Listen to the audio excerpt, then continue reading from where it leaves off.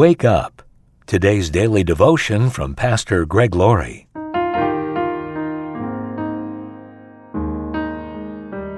Our scripture reading today is from Romans chapter 13, verses 11 and 12. This is all the more urgent, for you know how late it is. Time is running out. Wake up, for our salvation is nearer now than when we first believed. The night is almost gone. The day of salvation will soon be here. So remove your dark deeds like dirty clothes and put on the shining armor of right living. The setting of Acts 12 is pretty bleak.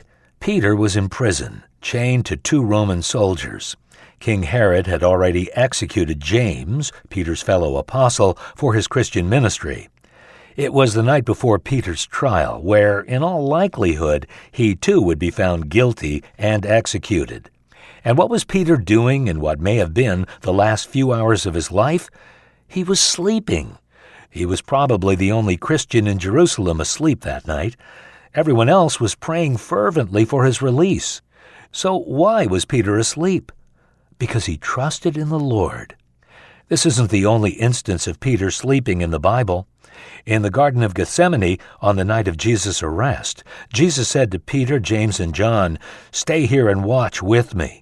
Jesus went off to pray, came back, and found them sleeping.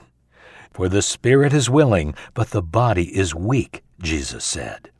Jesus went off again, came back, and found them sleeping again. And then it happened a third time. In Luke 9, Jesus took the same 3 men to a mountain to pray. While they were there, Jesus was transfigured. Moses appeared on one side of him, Elijah appeared on the other. And Peter? Well, Peter and the others had fallen asleep. Peter woke up and blurted out, "Master, it's wonderful for us to be here. Let's make 3 shelters as memorials, one for you, one for Moses, and one for Elijah." Makes you wonder whether Elijah turned to Jesus and asked, "Who is that? Is he here with you?"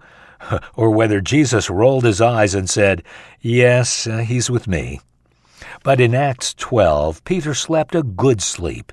He was at rest with the peace of God in his heart, and nothing, not even the threat of death, could rob him of that peace.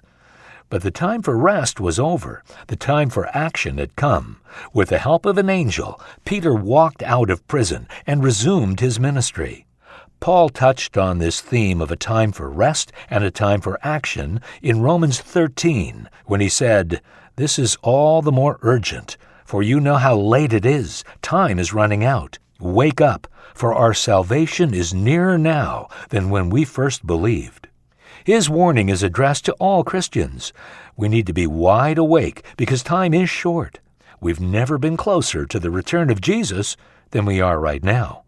In our society that's dependent on sleeping pills and tranquilizers, we can take a lesson from Peter on how to trust God.